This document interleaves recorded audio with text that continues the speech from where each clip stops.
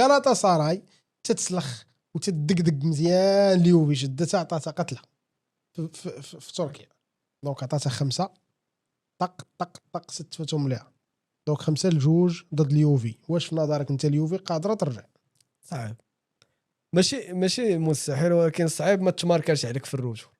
انا نقدر نضمن لك ان اليوفي تماركي 3 في تقدر تماركي 3، ولكن صعيب ما يتماركاش عندهم عليها. الطيارات انا راه صدموني ملي بديتي يدخلوا هذوك اللاعبين. لا شوف عندهم لعابه اوسيمان صاحبي كيفاش يجبد الكره. صاني لور صاني عندهم لعابه شوف تمكنين واليوفي الكره الايطاليه اون جينيرال فهمتي تشهد تراجع يعني ملحوظ.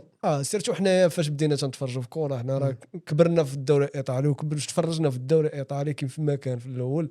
دونك تنتحسروا على هذا الدوري وعلى هذه الكره اون جينيرال في الطاليان اللي تنفتقدوا. لا تسويقيا يعني حنا ما بقيناش نشاهدوا بزاف الدوري الايطالي باسكو ما بقاش يتنقل في قنوات اللي تتسوقوا مزيان عربيا.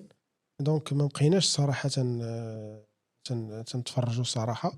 دونك كاينه صعوبه باش تمشي تتفرج ولا تمشي لشي قناه ولا في شي قهوه تتفرج في الماتشات ولا حتى في التلفازه ديالك. دونك خصك ضروري تكون دي زابليكاسيون كذا. دونك صعيب ما بقيناش نشاهدوها بزاف يعني حتى اللعابه اصلا ما عندهمش لعابه اللي كبار. شكون انا وياك واضح اليوفي ما عندهمش لعابه اللي كبار.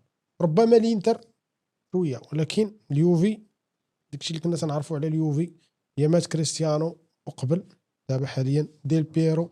دونك حاليا راه ما كاينش اليوفي راه واحد الوقت راه كنت سمعتو راه نيدفيد ديل بيرو كامورانيزي دازوا لعابه واعرين في اليوفي واليوفي كانت صعيبه واحد الوقت وكانوا كيديو سكوديتو كل عام. دونك كل هذه فترات كره بحال ما هكا دازوا فراقي قبال اياكس وكانت بينفيكا وكانوا فراقي كبار ودوزوا حقبه ديالهم وتيتراجعوا. هذه سنه كره القدم. دونك